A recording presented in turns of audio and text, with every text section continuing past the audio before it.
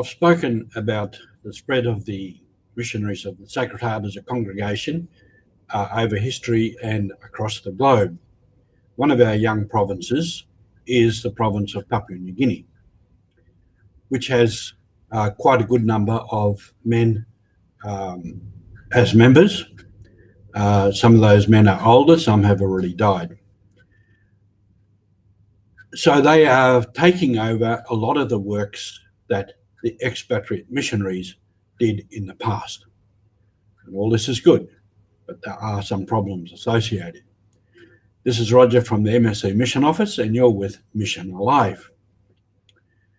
I have an email from one of our brothers there from a remote parish up in what we call the Goilala Mountains of Papua, which is part of the Barena Diocese, which was originally the Vicariate of Ulilan.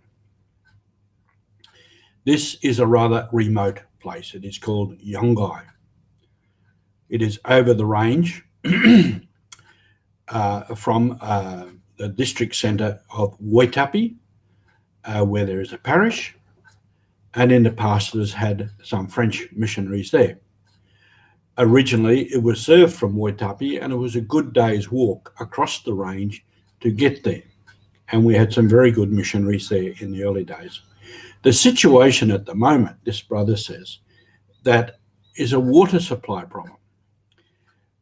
There is an old corrugated iron tank installed by the early French MSC missionaries, which is now consumed by rust and stands empty. And part of the problem is when there's a priest visiting there, which at the moment the situation is there's not enough priests to have a resident priest. And so there is no water there for visiting priest or whoever are coming in. And also the Catholic Health Aid Post, which is the only health facility in the valley. Problem with patients coming to the hospital with containers of water. There's no water there for patients when they come in. They have to bring their own water. So some come and then have to go home, take their medicine home with them and consume the medicine at home. Mothers who are pregnant are also victims of this need for water, for cleaning and washing, while overnight for labour. They only overnight for labour. There's no staying on. They go home to the village where they have to walk to. So sometimes these difficulties lead to complaints and certainly to inconvenience and possibly further health problems. The community school also does not have water. There's no stream near the school. So there's possibility of a tank for students and staff. So there is this problem of water.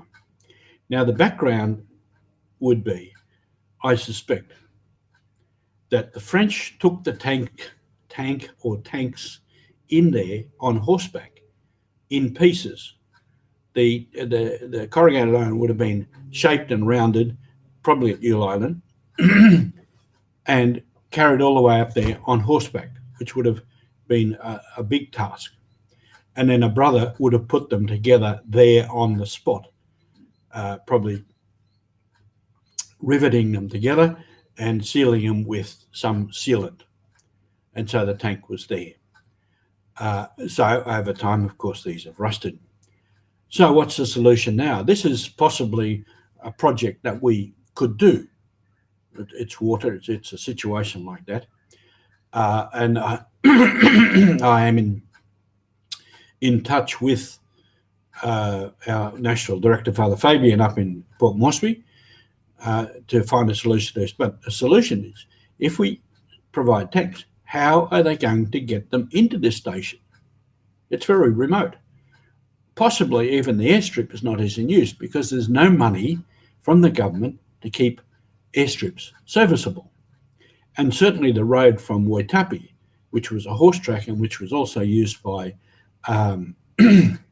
motorbikes, is most probably not open because of landslide and growth of grass and whatever.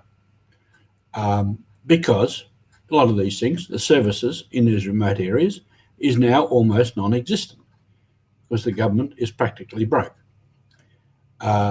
And we won't attribute blame to all of this, but you can imagine, the difficulties of all this. So what's the solution? Fly it in if the airstrip is open, and possibly even then you would not fit one of these tanks into the small planes that go there.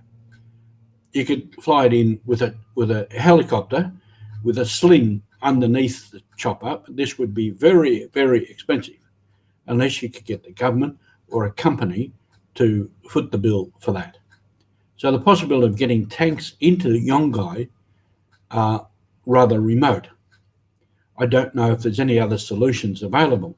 If there was a stream with water that could have been fed into something, I'm sure the French missionaries would have done that years ago.